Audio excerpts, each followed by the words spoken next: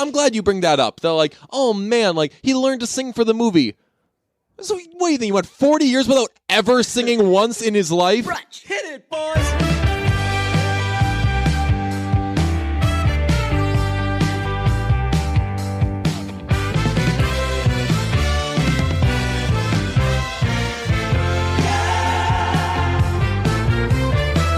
All right, now on to sports. Was the NHL draft lottery rigged? Some are saying, yeah.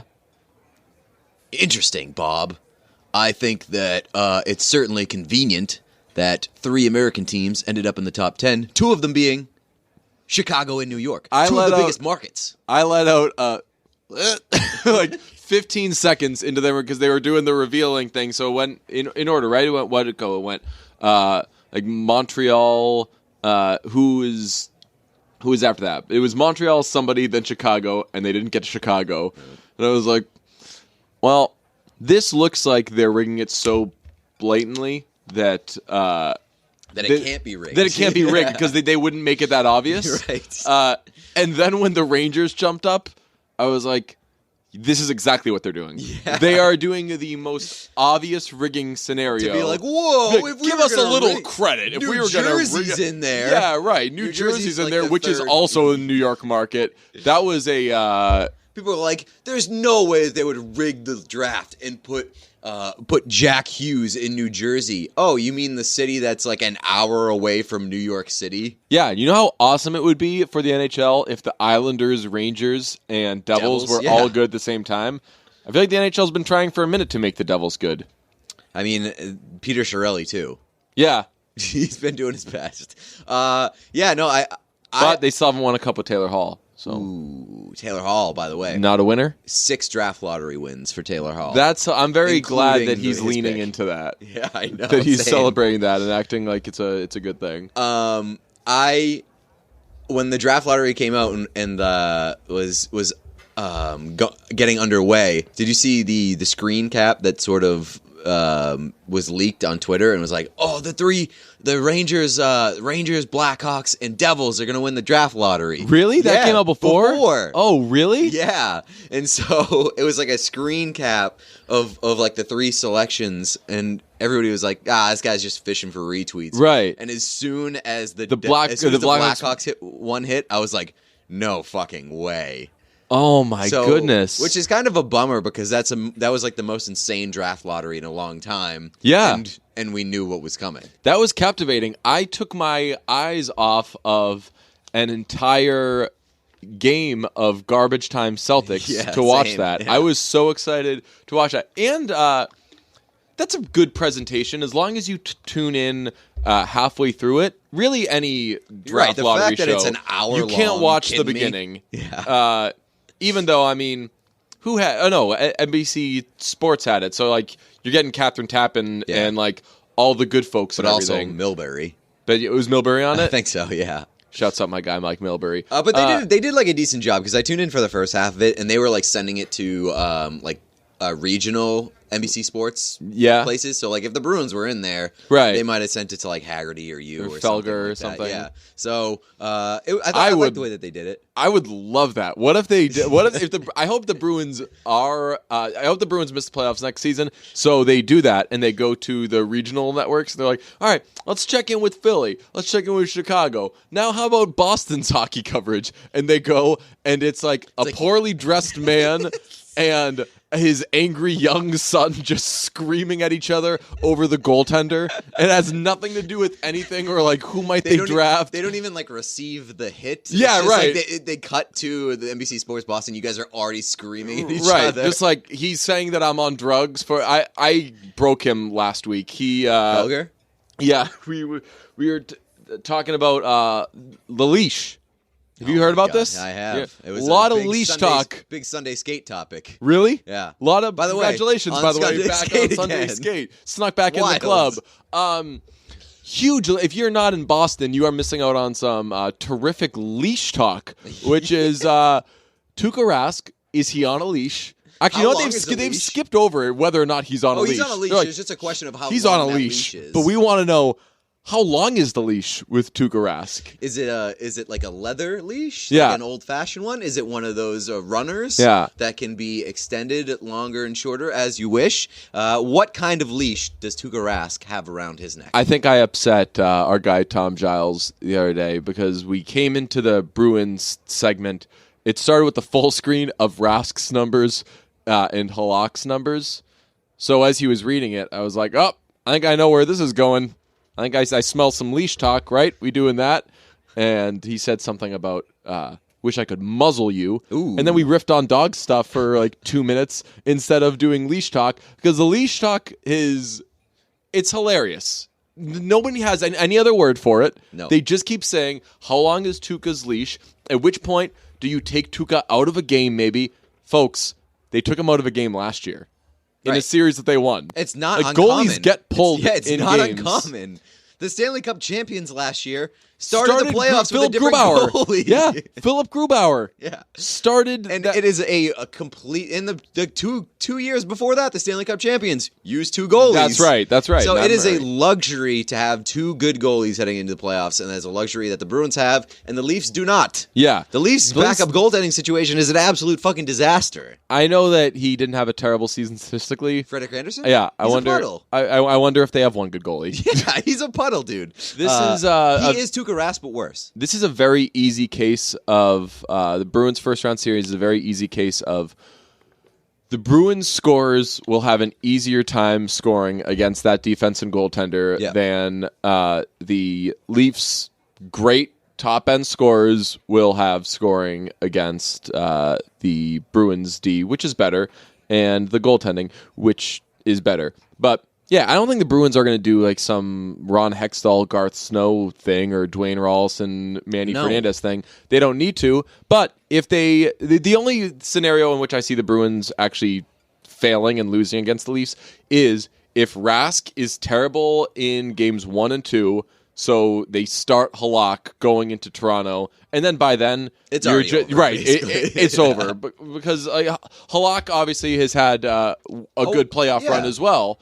But it was a good way season. longer ago than Rask's good playoff For sure. run. But yeah, I broke Felger. We were talking about Tuukka, or like the thing I worry about most with the Bruins is blank. So of course he said Rask. And which I think that is a fair answer. As big of a Tuukka defender as I am, that your is a fair goalie answer. Can lose you a series for sure. Yeah, and he was inconsistent last year in that series. So I think he is he can be an inconsistent goaltender. I don't have a problem with you saying that that's your biggest concern. My problem is when you say that he sucks and can't win you a series. Yeah, and he sure can. That's really where the Rask argument is, because very few people, and someone on Stanley Cup of Chowder wrote something pretty good. Black was like it was okay. It needed I feel like Troy Brown talking about Patriots receivers. When Troy Brown talks about Patriots receivers on the pregame show and stuff, he'll be like, "Man, I just wish I could like coach him for like 10 minutes." You know, I know what I could fix. Like you've got something there, right? But there's a missing piece, right? So as I was reading that, I was like, "Oh man, like so much of this information speaks for itself. It's a little snarkier than it needs to be. If an editor could get their hands on this could be a really interesting and diligent piece." But a point that writer brought up was you're either a Rask hater or you're a Rask apologist, which I don't think anyone is trying to be a Rask apologist unless it's like Feidelberg or sometimes us when we're trying to piss people off and we'll go over the other way and be like, no, Rask is perfect. He's infallible. It's just that we're trying to correct people who are saying that he's bad. And it may come off as an overcorrection. Yeah. But like... I don't know. That doesn't sound like me. Yeah, so like I agree. There's not a lot of... There is middle point there, but it maybe comes off as like very like pro Rask or very like Rask is elite. He's not elite anymore. Yeah, but I pointed out that Rask has given you a performance in the postseason worthy of winning a Stanley Cup. Yes. Definitely. Yes. And the fact that people put 2013 on him is fucking is like insane. A failure? Yes. Yeah. It's like, well, 2 goals in 17 seconds. Do you see how the fucking 2 goals were scored? Right. Yeah. Chris Kelly missing an empty net. Zdeno Chara missing hip Patrice Bergeron missing a body. But I said, like, let's not forget, he gave you a performance worthy of winning a Stanley Cup. They just didn't win the Stanley Cup that year, but it was a better performance than a lot of goalies who have won the Stanley Cup. God. And Felger said something to the effect of, like, yeah, but it wasn't that, like, Tim Thomas type of performance. Tim Thomas was insane, and it looked insane the entire time because of the way that Tim Thomas played. But I pointed out, whose numbers were pretty comparable, and in some spots better? Tuukka in 2013 versus Tim Thomas in 2011. People don't realize how close those numbers were, and I think that he'd never heard that, or he'd never had that pointed out to him before, and he like passed away. Really? He was just like so. Was he like angry or just stunned? Just stunned. Okay. Yeah, he not the first time he's accused me of being on drugs. Right? He was like, "That can't be. No, no." So yeah, he's like, if that's true, I have wasted the last 5 years of my life. Right. I hope that the Bruins at some point in our lifetimes miss the playoffs again, so that scenario can happen where they go around and they're going to the different RSNs and their regional sports networks. When they cut to you, you should be like smoking a corncob pipe with like an absolutely disheveled look. Oh, have I told you I've asked? If I can start smoking, yeah, like cigarettes, yeah. Oh I imagine the segments that we have. Oh, you did tell me that you had like a segment idea. It's just like smoking and sports talk with cigarettes, and it's exactly what we always do, except there's just ashtrays there, and we've got cigarettes, and I don't know, like maybe like you gesture with the cigarettes, and you don't necessarily even have to smoke them. Just they're there for the look. Yeah. It's a Will Smith line. It's for the look. I don't light it. Yeah, there you go. I'd light it though. I'd take a couple drags of it every now and then. It got an obviously no. Yeah. But that's just a fun visual. Maybe if and when we ever do a live show, maybe we can smoke. Can you smoke I don't think you can smoke inside theaters. No. I don't think you can smoke inside anywhere. Can the person, unless you're in Atlanta? Yeah, we should. Which is where we came up with do a the live idea. show on the road. Yeah, I think we thought of that, didn't we? I don't know. We said we just like put out the flyer. We say we're finally doing a live show, and we just go on Kayak Explore and find wherever it's cheap to fly for a day, and that's where we do it. Rent out a bar. It'll be empty, and we record it to ourselves, for ourselves, because it's about entertaining ourselves. It's what it's always been. Yep. Patreon subscribers, it's about you two a little bit. Everybody else, you freeloaders, not even at all about you. Nope. So 88% about Peter and Dave, 12% about Patreon, 11% about Patreon, 1% for the chicks. Oh, yeah. Can't forget the chicks. Yeah, and I feel like I can't even say chicks as a joke anymore. Like, Barstool has kind of reappropriated it. Oh, yeah. That's true. Did Barstool make what about the chicks babes? A not offensive term? Maybe. Whoa. What about for the babes? Shouts out Barstool. We do their woke selves. 1% for the babes. Yeah, for the babes. Babe is like my go-to word for that. Okay. Like attractive person. Yeah. I'll say like that's okay. A babe. That person's a babe. Yeah. He's a babe. She's a babe. Yeah. I'm a babe. He's a babe. She's a babe. If you're a We're babe, all I'm a babes. babe. Hey. You know what that was? No. That was I'm a Dude by Kel Mitchell. It's from the Good Burger song. Yeah. I'm a dude. Yeah. He's a dude. Oh, she's a my dude. God. We're all dudes. Hey, that's a good song. Speaking of music, Yeah, and Patreon big music episode. and Patreon subscribers. I don't know why I said Patreon. Patron. A lot of people have been clamoring, requesting, demanding the playlist get brought back. I don't blame them. The playlist is and has been a fun time. There's just one major stumbling block. Nothing in the world. What's rattling? Something's rattling, and it's I don't know. What? You rattled? You rattled? Wait, talking was it about this? some music? Maybe.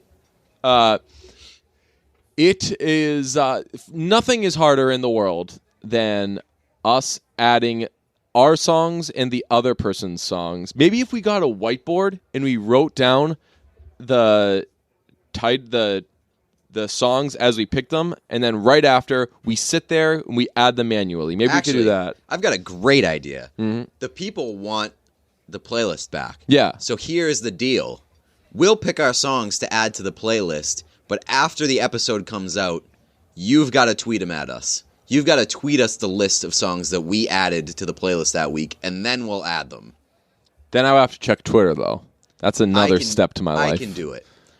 Yeah. I see all the tweets and replies anyway. I'll screenshot it. I'll send it to you in a text message. There you go. But I think most of our listeners are... So I run the Spotify one, you do the Apple Music one. Our Spotify playlist had a lot of followers. Is it because both of ours have a lot of followers, or is it because most of our listeners are on Spotify? I'm guessing it's the latter. Well, I can't... Maybe you can just get Spotify. Does iTunes have Apple Music? Do they have like tracking numbers? I don't think so. I don't think so. But I don't know. Like, I don't have a problem adding to the playlist if the things are right in front of me. The pain in the ass is getting you to give me your list. And vice versa. Like I don't remember what yours are. Right. You don't remember what mine are. And when you, I don't know about you, but when you ask me like which songs did you pick, a lot of times I don't know. Right. And I forget. So I think this is a good deal. We'll bring back the playlist if the listeners agree to tweet it at us. I'm glad to be back to picking songs and putting them on a playlist and explaining why I like them. Also, update on This Part's Cool. I teased that. For like maybe 3 weeks, a month now, This Part's Cool episode 1 has been in the can. I don't know why I haven't released it yet. At first, I was thinking maybe I would get a couple in the can and then release them kind of like Netflix style. And then I forgot until now. So I don't know when I'm going to release it. But at some point, at least one episode of that is coming. That's pretty exciting. You got a special guest? Got a guest. Got to reach out to. I think I've got a guest for the first one, which is already in the can. That's what we say in the biz. And second guest lined up. Haven't figured out what song to do there, but loved the song choice in the first one. And once it comes out, I hope everybody enjoys it. I've got a one that I could contribute. Yes. There's one part of a song that I love every time I listen to it. What is it? Can I be on the show? Yes. Okay, so I'm not going to tell you. No, it's you. You don't come and tell me. We say we're going to show you what's cool about this song. It's been pre-prepared. Oh, okay. What's the part of the song that's cool? In the Blood by John Mayer. Yep. There's a part where like he makes the guitar sing back to him. Yeah? Yeah, it's very, very cool. Is it like a call and response thing? Yeah. Why can't I think of it? Let me pull it up because it is very, very cool, and it gets me every time. This is the free version of This Part's Cool for you non-Patreon subscribers.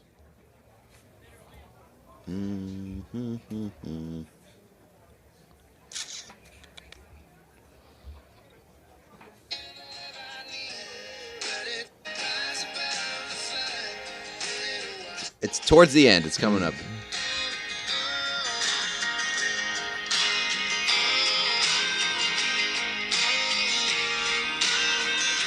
Ready?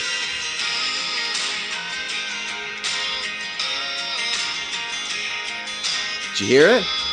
Like in the background, the guitar. I think it's the guitar. I don't know if that's the guitar. Let me hear it. Maybe it's not a guitar, but it's something.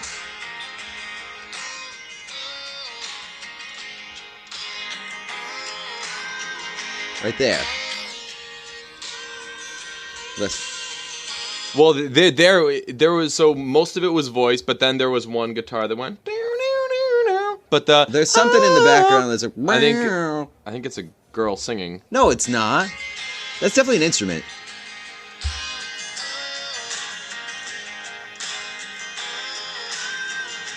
That's an instrument. No, it's a girl. Really? Then that's a guitar. All right, so I'll tell you. Girl.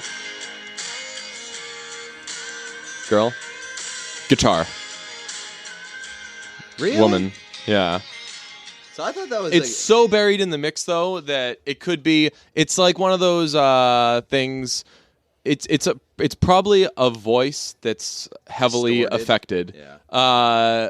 Like in That's upsetting. like in I always Locked Out thought of it was Heaven, really cool. like the that's just a voice that they made to sound like something crazy. Well, that's like the Bieber song. Yeah, I was gonna say the better example Yeah. would be the Bieber, Diplo? the whale sound. Yeah, Jack U. Yeah, Jack U. Diplo and what's his Skrillex? face and Skrillex. Yeah. Those two geeks. Diplo. Yeah. Diplo's like 70, I bet. Have you ever seen Diplo? Yeah, he's like 70. Yeah, he's like a weird-looking guy who probably looks 20 years older than he actually is. Remember when Diplo was going to be at a bar in Chicago? Yeah, but And we went to we were like, oh, and we looked it up online. It was like tickets, $300 or women get in free. yeah, it's only for the babes. Yeah. Yeah, but speaking of music, we've got some music. Yes. We're going to. I've always thought it would be cool to break artists because that's what DJs used to do back in the day. No pun intended. That's what like radio World DJs used to do. premiere. They'd say like, I got to show you this band. My buddy called me up. I was in Kansas City last week. He said they've got this band that's got this crazy sound. Said you gotta listen to them. Tell you what, I checked them out, and I have not stopped listening. These guys are gonna knock your socks off. All right, here they come. And then you play them, and then it's a hit, and then they're famous And you because know of that what? DJ. And you know what? I hate those guys because back in the day when you had to rip all your music from illegal streaming They services, would talk over the beginning. Yeah, Yeah. and like you'd download a song, you'd be like, "Oh, I can't wait to download this song." You download it on your World iPod, premiere. you download it onto your iPod, and then there'd be like this fucking jackass Hitting the post.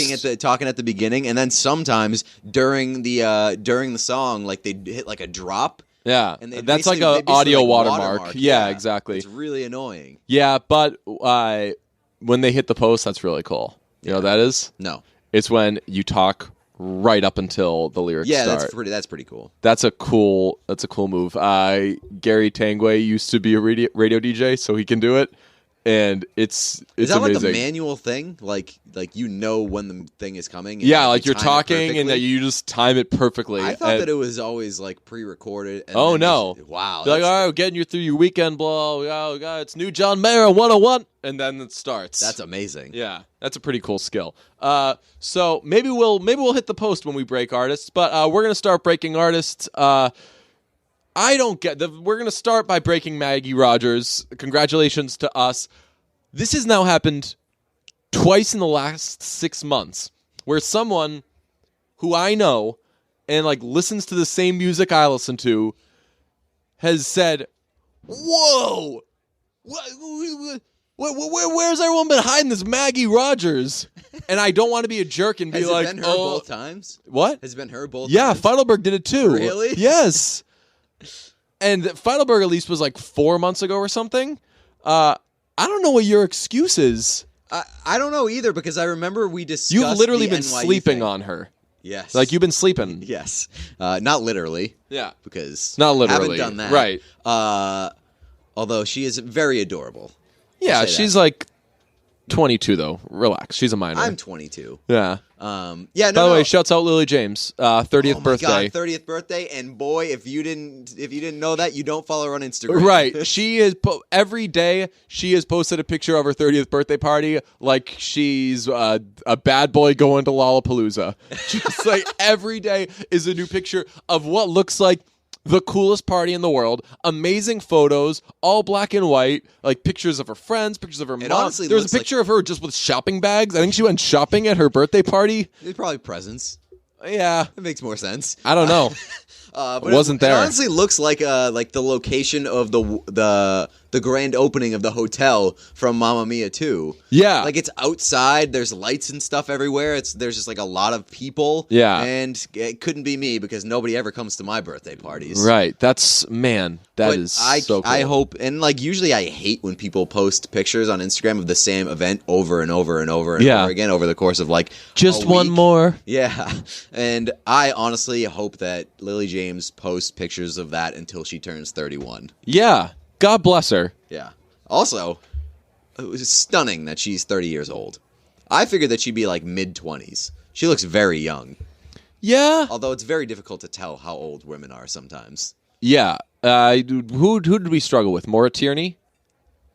Maura Tierney's like, like 50, Yeah, I don't know. They're just showing again. We don't know. She looks 40. She looks 35. I don't know if that's just but that's like women thing. Like I'm not good. I'm bad at guessing people's ages completely. Yeah, I guess like once you become an adult, everybody's an adult, and you Right. never really like think of their age. Once you're 24, you could be 100. You could be anything. Yeah. Okay. Except happy. But yeah, I listened to Maggie Rogers, and I was like, all right, which I knew somewhat. I'd heard Maggie Rogers' You heard the name, yeah. She opened really, for Haim and stuff. Yeah, I never really looked into it, and then I listened to her this week. Was immediately smitten. Yeah. And then I found out that she was the girl from the NYU video, which we had definitely talked about on this podcast before. Yeah. So I was like, that's the girl. Holy shit. Yeah. There's two, basically the starter pack for Maggie Rogers is watch the NYU masterclass with Pharrell. Really cool.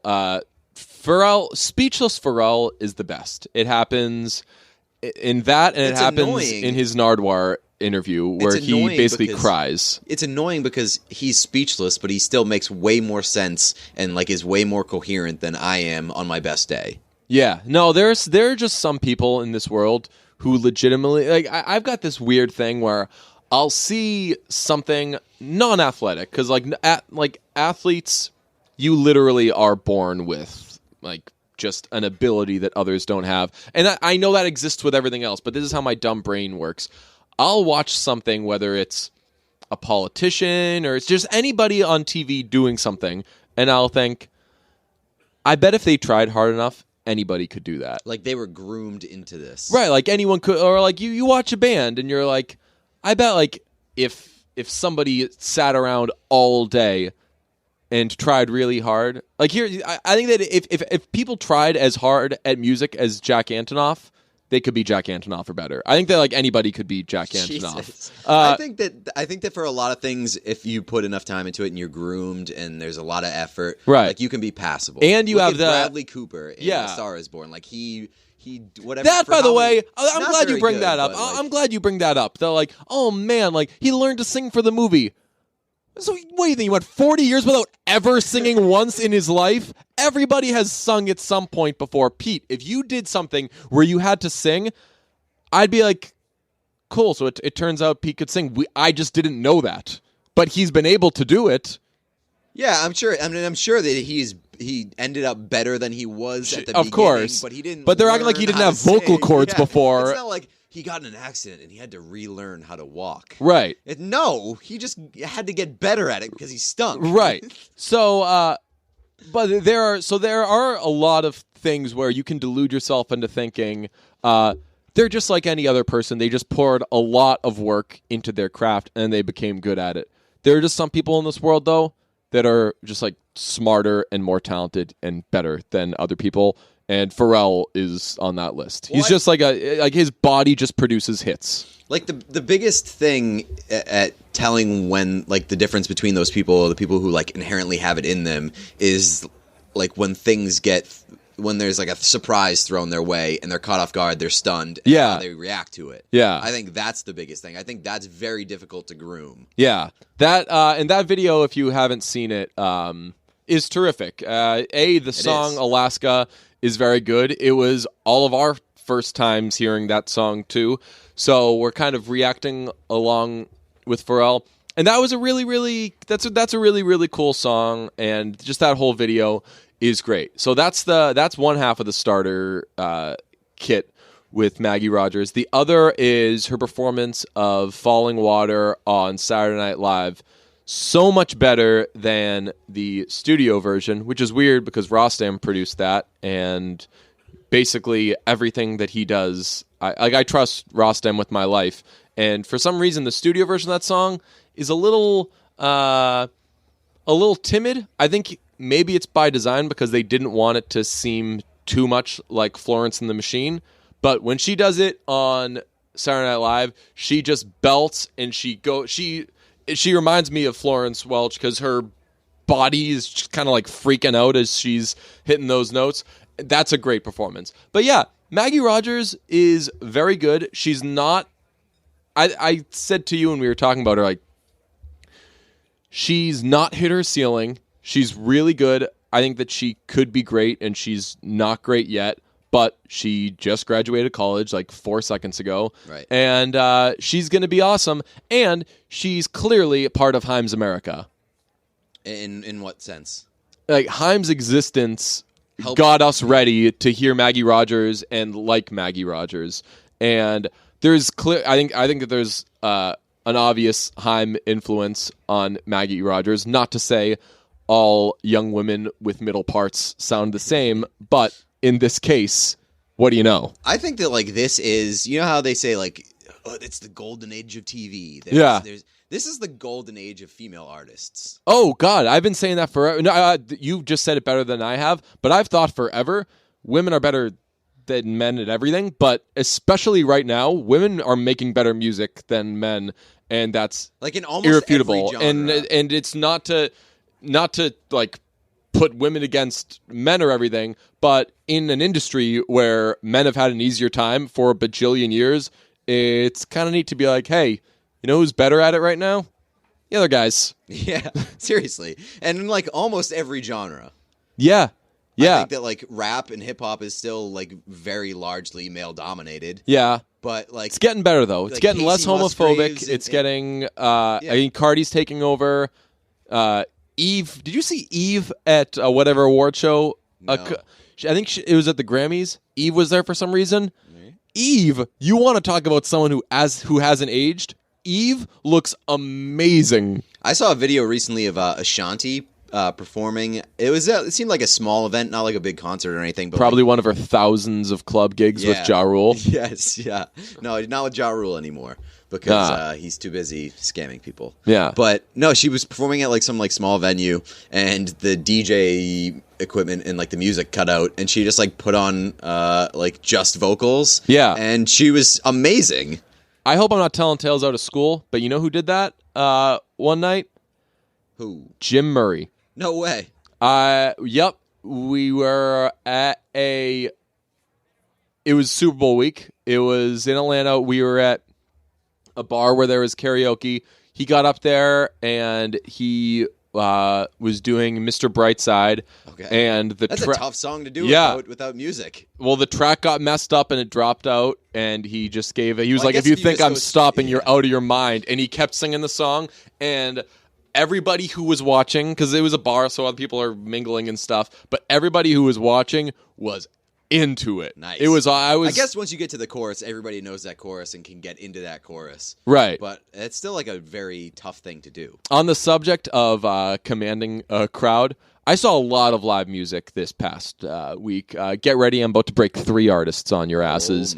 I went to see the band Weekend Friends, who it's a 3-piece like grunge band from Boston, but now based in Portland, Maine. Ooh, I like awesome, them already. Huge win. And they said we're from Boston, but we live in Portland. When people ask us where we're from, we say we're from Great Scott because we just always play shows at Great Scott. Awesome. And it was at Great Scott, so everybody was like, "Yeah!" And I raised my $5 PBR, which is upsetting. They used to be, Scott, yeah, they used to be like $2. Right. So so I'm not making this up, right? No, yes. It used to be like at some $2. point in our lives, even it was like $3 max for a tall boy of PBR. Yes. Yeah. I went there and I was like, couple of PBRs. And it was $10. I was like, wow. What is this? A banana? So saw Weekend Friends. They were awesome. They were really, really good.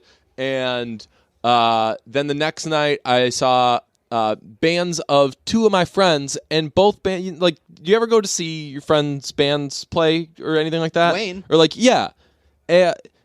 You're the even going in knowing that they're good musicians, you're still blown away when you like see them in their element and you're like, wow, that is what these people are really good at doing. So, Foxtrotter, it's a band from New York. Love them. And local band called Visiting Wine that is a it's like a pop folk kind of group. If you like Brandy Carlisle, if you like Of Monsters and Men, things like that, you'll like them. So check those bands out. But back to Weekend Friends. They were opening for a band called House, Haus, and it's like a Bon Jovi type thing. The lead singer's name is Dave Howes. He was huge into when he wasn't singing, stepping in front of the microphone, like right at the edge of the stage, and doing a those moves? Yeah. Where like the singer steps in front of the microphone and does like a big overhead clap, like, let's get going. And I was just, he was also very big into the... I don't know if that works for an opener. No, he was. They were headlining. Okay, yeah. okay. He was also very big into every breath not devoted to singing. So even in a line where he's singing, if there was like a little if he had like an eighth note rest, he would Boston. No. So we're going to the Boston. No. Just yelling Boston a whole lot. Yeah. So that was just some fun little notes. I feel like How do you do that in a respectful? How do you like start that clap in a respectful way? Just be like, just like at your chest surge level, at your Carolina Hurricane Storm Surge. What's that? What do they do for that? They do the over the head. Oh, they do the I believe in a like thing slow. called love thing. Yeah. Oh, and then they pick it up. Yeah. Oh, that sounds kind of disrespectful to the game. Yeah. Yeah. Okay. That's fair enough. That's quite terrible. Yeah, we've now broken Maggie Rogers. Congratulations to us. Who else have we broken on this show, by the way? Townmouth. We've broken Houndmouth to a lot of people. We broke Father John Misty to ourselves, really. Yeah, and to we were like, listeners. hey, who's that hot idiot? Does he even have any songs? Who cares? I literally think the first time that we discussed him was Hawkeyes and Weathermen. Yeah, yeah, he was. Yeah, you're like, is he hot? He looks like a guy who comes home later than he's supposed to, and you ask him where he's been, and he lies to you. Yeah, that's hot. Yes. We broke White Reaper to ourselves. Yeah, because our friends liked them, so we checked them out. Also, White Reaper is playing Boston Calling, and I'm probably not going to Boston Calling because the lineup isn't very good. And now they took Janelle Monáe off. But Churches in there. Yeah, but how many more times do I got to see Churches at a festival? Fair enough. I'll take Churches in a club over Churches at House of Blues, man. Yeah, when's that?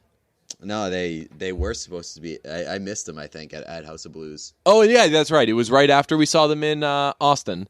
It would have been financially impractical. Yeah. Actually, no, that was at their last show here. Was it Royale or something? It was at Royale, or was that not Paradise? What's the one that's like a theater? Oh, that's right, Orpheum. Yeah, it was at Orpheum. Yeah. So congratulations to Churches for breaking that. Let's pay the bills. Can you believe it's already April? What? Are you kidding me? Time has a habit of getting away from you. God. Don't we know it? But if you have a mortgage, kids, or anyone depending on your income, you're going to have to spend some of that precious time getting life insurance. Would you just stop for a second? I'm trying to cope with what I've just learned. It's April. If you need life insurance but you don't want to spend a lot of time comparing it, you should give Policy Genius a try. Why? Because Policy Genius is the easy way to buy life insurance online. In 2 minutes, you can just compare quotes from top insurers and find the best price for you. Once you apply, the Policy Genius team will handle all the paperwork and red tape for you. There's no commissions, no hidden fees, and just more time saved for you to do whatever you want to do. Because you know what? It's April. There's a lot of things that you can do. Do you mean to tell me it's April? It's April, man. That's not an April Fool's. Ooh. Nailed it. If you need life insurance but you're short on time, head to PolicyGenius.com and compare quotes. Policy Genius. It's easy. It saves you money. And not to belabor the point, but it's fast. Wow. It's fast. Faster than April got here. Exactly. One day it's New Year's Day. Another day it's April. How the world works. Wow. Policy Genius. Spend less time comparing life insurance and more time doing literally anything else because it's April. Someone told me that there's a podcast that that also goofs off during their reads, and the listeners like it so much that apparently there's an ad-free version of Stitcher you can get. I think you can pay more, and it cuts out the ads or something like that. Okay. and the listeners demanded that they don't cut out the ads for that podcast because they're so good. And my friend was telling me about it, and he said, I'm listening to an episode right now, and they're talking about ecstasy during a Four Hymns read. Really? And I was like, wow, it's good to know that there's others out there. I listen to a podcast that is very not controversial, but like it toes the line. Yeah? And their ad reads are just insane. Absolutely insane. What podcast do you listen to? It's called Come Town. Oh, right, yeah. It is it's a comedy podcast, but like, man, they go over the top on their ad reads, and like they Bet DSI lets them do whatever they want. They have like Blue Chew lets them do whatever they want. Good, that's smart. So, I mean, Bet DSI and Blue Chew are smart. A lot of people listen to that podcast, so I'm sure it's easier when you've got like hundreds of thousands of listeners. Yeah, whereas we only have tens. 100,000. Yes. Yeah. I had a scary week. I saw some scary stuff. I saw Pet Sematary, and I watched the first episode of the new Twilight Zone. I also saw some scary stuff this week. What'd you see? I saw the Chainsmokers do their best Freddie Mercury impression. Oh God, that was. Someone sent that to me, and I was like, "Is this what you? So this is what you wanted?" I kind of like it. Is this what you wanted? I kind of like the fact that this is happening, right? Because you asked, you made your bed. All you people who—that's literally what I tweeted. I said the Bohemian Rhapsody fans, or I said, what did I say? Oh no. I said Bohemian Rhapsody made the bed, and now you all have to sleep in it, or something like that. Yeah, that's exactly what happened. Oh no! You said Bohemian Rhapsody. Made their bed, and now you have to let the Chainsmokers sleep in it. Yeah. So that's what you get. You made a shitty movie about Queen, which is a great band, about Freddie Mercury, who's one of the most iconic frontmen in the history of music, and it did a disservice. And now all the dumb idiots who like that movie are taking it for their own, and they're taking Queen for their own. It's terrible. I remember back in the day, like, Taylor Hawkins at a Foo Fighters show would every now and then would do that. He would do like the AO thing, but I bet it was Taylor Hawkins doing that. Like Taylor Hawkins was doing the AO thing. This was the guy from Chainsmokers doing Freddie Mercury. Right? No, so thing. He was doing it as like a nice little nod to Freddie Mercury, and there's a very good chance if you were in the audience that you didn't get what it was from because it wasn't super duper popularized yet, and they were just like. It was just a little nod to Freddie Mercury and a good way of pumping the crowd up and everything, and that was lovely. Now, if anyone does it, it's so contrived. Yeah, and it's like the guy from Chainsmokers probably watched Bohemian Rhapsody. Yeah, he didn't know about AO before. Probably watched Bohemian Rhapsody on the plane to the show and was like, "I'm going to be Freddie Mercury tonight." Yeah, so he just did the exact same shit, and it was so cringeworthy. I hope you idiots are happy. This is what you dummies deserved. I did see Pet Sematary though. How was that? I did not see it. I wanted to. Maybe I'll still see it. It was scary. It was like legitimately a scary movie. There were parts that I was like, ugh, I don't want to be here. There were a ton of jump scares in maybe the first 25 minutes. I texted you during the movie. I said, good chance I'm going to leave. Did you leave? I did at the end, yes. Okay, nice. Yeah. I mean, it would. I paid money. Yeah. I'm not just going to give that up. It was good, though. It was different enough from the 1980s one, I think it was 89, that I didn't totally know what was coming the entire time. I didn't see the previews recently. Apparently, a big complaint is that they give away what's different about it in the previews. Previews, stop doing that, and people stop watching previews. I've said this a million times. If I know I'm going to see a movie, I don't watch a preview for it aside from when the previews first come out a million months before, because I'm going to forget all that shit by the time I see the movie anyway. I'll watch one preview, and if I decide that I want to see that movie, I won't watch any of the other previews. Exactly. Speaking of previews, I think the only bad part of the Yesterday movie is going to be Ed Sheeran. That's the Beatles one, right? Right. Is that what it's called? Is it called Yesterday? Maybe it's something like that. Yeah, but that's going to be a very fun movie. It's got Lily James in it. How could it not be amazing? Ed Sheeran seems bad in it. Really corny. Well, he tells him to change the lyrics to "Hey Dude," Oh no! And that's like the end. That's like the last joke of the preview So that's of like the their trailer. banger? That's their closer. Oh no! Yeah. Yeah, we'll see. I'm excited for that movie, but Jason Clarke is the guy in Pet Sematary, right? Yes. What is he from other than looking exactly like Wes Miles from Our Riot? He played what's his name? Kennedy in the Chappaquiddick movie. Oh, I didn't see that. It was good. Yeah. What was like Ted Kennedy? Yeah, Gary Tango was in that movie. I feel like that guy only plays people from Boston. Oh, 'Cause interesting. He's from Boston. It's the Pet Sematary is like in New England. Yeah, right? yeah. It's, they go from Boston to Vermont? Maine, probably. Yeah, something like that. Yeah, it's a creepy movie. John Lithgow was in it. He got an and in the credits, so big shouts out to him. It Interesting. said like Jason Clarke, actress, actor, actress, and John Lithgow. John Lithgow or John Lithgow? Gow. It's spelled Gow. Is it pronounced Gow? I think so. John Lithgow. I don't believe you. John Lithgow. I think. Yeah. Sure. The last thing that I saw him in was Daddy's Home 2. Really? Yeah. Yeah, that's right. He's pretty good in that.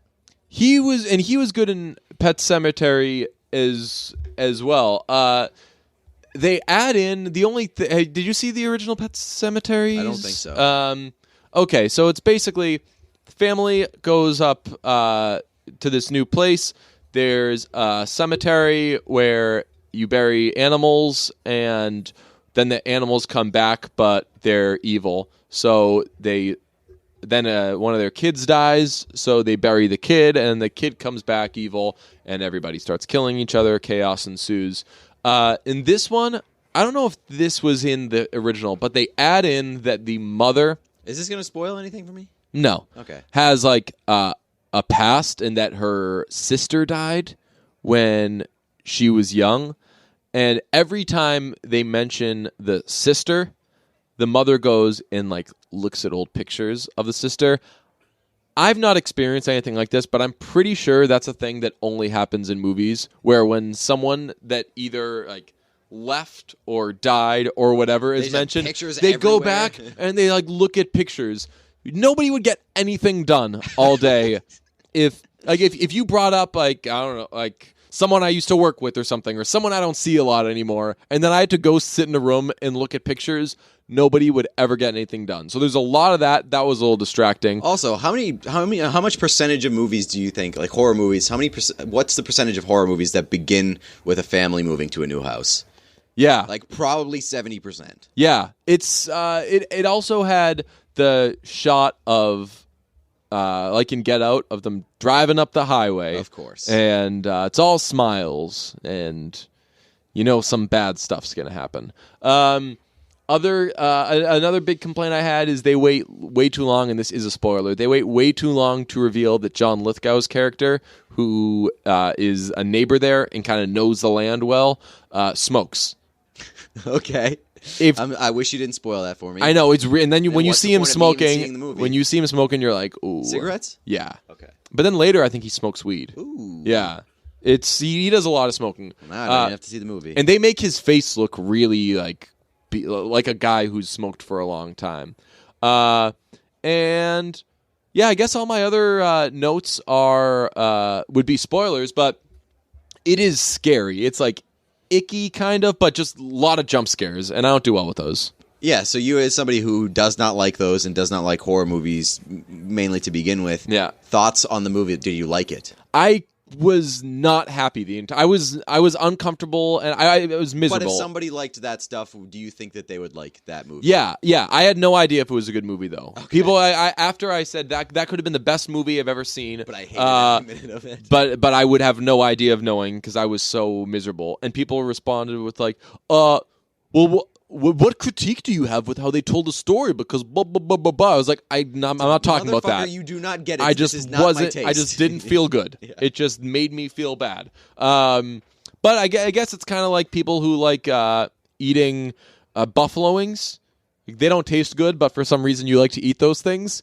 Then cool. It makes you feel scared. Well, if you're like a horror movie fan, the bar is set way lower because horror movies stink. Yeah. So many horror movies are so bad. Yeah. So that, like, if you get a halfway decent horror movie, you're probably like, I liked Yeah. that. That was good. I will say, analytically, it does kind of abandon what type of movie it is at points, and it kind of changes characters, no pun intended, very like herky-jerky. Okay. Like, the dad goes from being pretty level-headed to crazy, although, like, death of a child might do that to you. But yeah, it just kind of it jumps a bit. But for a horror movie, it was a good movie, I guess. Okay, and you also watched The Twilight Zone. Yeah, I watched the first episode. Jordan Peele's doing it. It was okay. It was worth watching, I guess. It wasn't incredible. It starred Kumail Nanjiani as a comedian who kind of sells his soul. That's the big thing with the Twilight Zone things. It's a lot of like kind of what would you do? Like someone makes a choice and then these are the consequences. It took me longer than it should have for me to figure out what was going on, but eventually I did, and once I got caught up, it was fine. Wasn't unbelievable, though. I can't tell if I'll keep watching. Okay, that was the first episode, right? Yeah. Who else was in the first episode? Because, like, it's got an unbelievable cast for Yeah. the first season. Oh, right, yeah. It's Kumail, Tracy Morgan, the lawyer from The Night of. Oh, John Turturro? No, the woman. Okay. And who else? I think that might be it. But yeah, after they did like this season on the Twilight Zone, and it's everybody. I think Adam Scott, Ike Barinholtz. Yeah. I think There's a lot of people in that. Yeah, I'm gonna have to check it out. You said it's on YouTube? Yeah, it's on YouTube and I think Amazon Video or whatever. Yeah, it's from CBS. Yeah. Also, The Chi is back, and that, as usual, great episode. And at some point, something happens that just murders your heart. But okay. I didn't make it through season 1. You should have. Yeah. It ended up being really good. Okay, I'm gonna have to revisit that at some point. But speaking of like comedians and selling your soul, yeah. How do you feel about the Joker trailer? I wasn't into Joaquin it. Phoenix? I wasn't into it. Really? And people were. I purposely didn't comment on it because everyone was having so much fun with it. And it's good to disagree, and it's good to say what you actually think instead of just kind of joining the crowd. But I remember in that moment, I didn't feel like whatever pushback would happen. Like, oh, well, you just don't like the comic books, blah blah. But yeah, I know I don't. I know it's not for me, and that did not look that good to me. Yeah, I'm very interested in it. I think that I'm way more interested in that sort of exploration of the Joker character than I am like like the Jared Leto movie that got canned, but that they were planning. Like that movie was going to be a comic book movie that probably would have ended up being a piece of shit, like a million other comic book movies. Right. This one at least seems like an exploration into the character, and Joaquin Phoenix seems fucking perfect for it. So I'm excited. Yeah, I mean, I'm always down for some Joaquin. That guy's good. Barry. We got to talk about Barry because the second episode of the season probably better than the first one somehow. Really? I didn't think so. I thought that the second episode was okay. Really? Yeah. Oh man. I am just high on Fuchs. Fuchs, I mean, their handling of him in season 2 versus season 1 is amazing. And someone pointed this out to me. This is what shows you how good the show is. The acting stuff is the least interesting part. Very much so. And that was the fun stuff in season 1. And now it's like, what's his name? Cusot? Yes. Yeah, like the Cusot. Yeah, Gene Cusot. Cusino? Something like that. Something like that. Cusino, maybe. So, yeah. I mean, Henry Winkler is great, but I'm so interested in the Hank stuff, and I'm interested in Barry still kind of having to work, and the cops. But Fuchs flipping, just amazing. I love that they Fuchs flipping was like the end of that episode of Silicon Valley where they build up, where they set up the entire season and then just ruin it in a second. Yeah. I love there's not even going to be a discussion as to whether or not Fuchs is going to flip. Right. He would he would sell out Barry in less than a second. Absolutely, and I like that because it nails his character. I think while we're talking about our favorite parts of Barry, I think my favorite part of Barry is how happy Henry Winkler is to be doing Barry. Have you seen him away from the show? Yes. He loves that show. He's so happy that he's back to being a star. He is loving every second of it, and that guy just seems like the biggest delight on planet Earth. So I'm very happy for him. I saw him did you see him on the pizza review? I did, yeah. A little disrespectful from Mr. Portnoy. Well, because I don't like the fawns. Just kept calling him I couldn't tell if he was doing it to celebrate him or to just needle him a little bit. And if he was needling him, that's Henry Winkler, sir. Right. He's important to me. Yeah, exactly. Like Henry. I need Winkler. that guy. Okay. I didn't even get any exposure to Henry Winkler as the Fonz. Really? Yeah, I never watched. You never watched Happy Days? No, man. Wow. Yeah, but don't needle that guy. Don't needle my friendly grandfather, because that guy seems like the most delightful person ever, and I want him to be happy. Don't upset him. My entire upbringing was current TV, Cosby Show, old TV, I Love Lucy, Happy Days, and maybe the Brady Bunch or something like that. But I've probably seen every episode of Happy Days just a couple of times just from syndication. Happy Days was a lot of fun. You had Potsy. Potsy was the musical one, they decided, eventually, because I think they needed something for Potsy to do. You had... Who'd you have? Was Ralph Malph? Who was Ralph? Told you I never watched the show. Ralph, yeah. You had Potsy, you had Ralph, you had Joni, you had Chachi. I knew that. Yeah, they loved each other. I knew that from Dodgeball. You had Leather Tuscadero, but the Fonz was a cool guy. But yeah, he's. I'm glad that he's reached this point where he's not just. He's not the Fonz anymore, man. Yeah, show some respect. And you could tell that Winkler was being a nice guy, but he didn't need that many the Fonz references. Yeah, he's probably so fucking sick of that. That's probably why he's so happy that Barry is a great show and that he is very relevant again. Yeah. Because he no longer has to, or he should no longer have to deal with people being like, hey, yeah, all the fucking time. I went and I looked up his acceptance speech when he won. What did he win? An Emmy? Yeah. Yeah. He won an Emmy. I forget what he said, but he said something about, I should have won this when I was relevant, so now it's cool that I'm winning it now. He just seems like a very sweet guy. God bless you, Henry Winkler.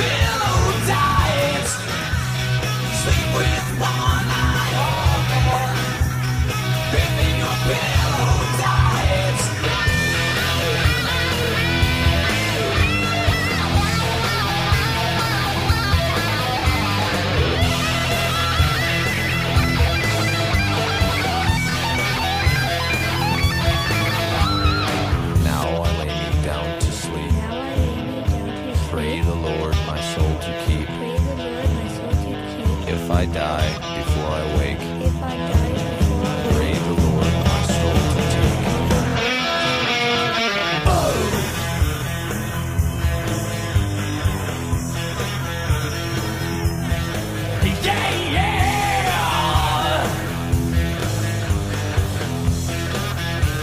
Yo, sleep with one eye open, gripping your pillow tight. Sleep with one eye open, gripping your pillow tight. Hush, little baby, don't say a word.